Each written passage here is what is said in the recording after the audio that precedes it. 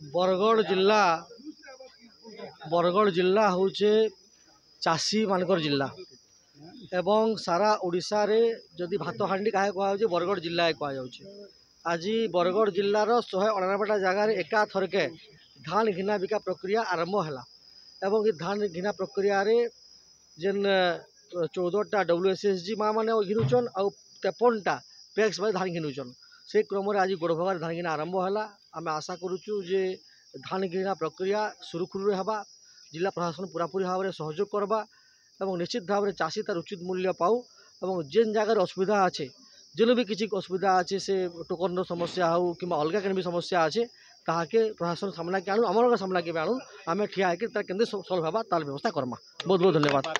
विभिन्न समस्या देखा देसी इंफ्रास्ट्रक्चर किसी उन्नति कौन से विषय क्या कहबे? देखुन बरगढ़ जिला सारा सब जगह धान मंडी नुआ बनबार प्रक्रिया आरंभ हो देखुवे इंफ्रास्ट्रक्चर तैयार होगा लगे समय लगसी। आम सरकार 10 मास सरकार आसला इंफ्रास्ट्रक्चर तैयार होगा आरंभ है। आगामी सीजन देखते सब जगह पाखा इंफ्रास्ट्रक्चर तैयारी जितकी जगार नुआ इंफ्रास्ट्रक्चर दरकार तार लगी पैसा एडमेंट सरी टेंडर प्रक्रिया आरंभ हो सारी बहुत जगह काम सरी सारान। बहुत बहुत धन्यवाद। देखो आज रवि क्रॉप KMS 24-25 प्रथम चरण DLPC मीटिंग मुताबक आज आमर पेडी प्रोक्योरमेंट स्टार्ट है।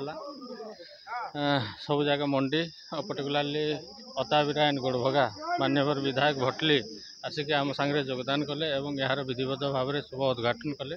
आगामी दिन यहाँ पाखापाखि 1.5 मास 2 मास धरिकी ये प्रोक्योरमेंट प्रोसेस सार कि सुरखुर रे प्रोक्योरमेंट सर सब चाषी को मोर अनुरोध रही मंडी को धान आणिकी जो कष्ट उपार्जित धान को एठू कि मिल पॉइंट को जीव समस्त कोऑपरेशन निहाती भाव में आशा करुँच।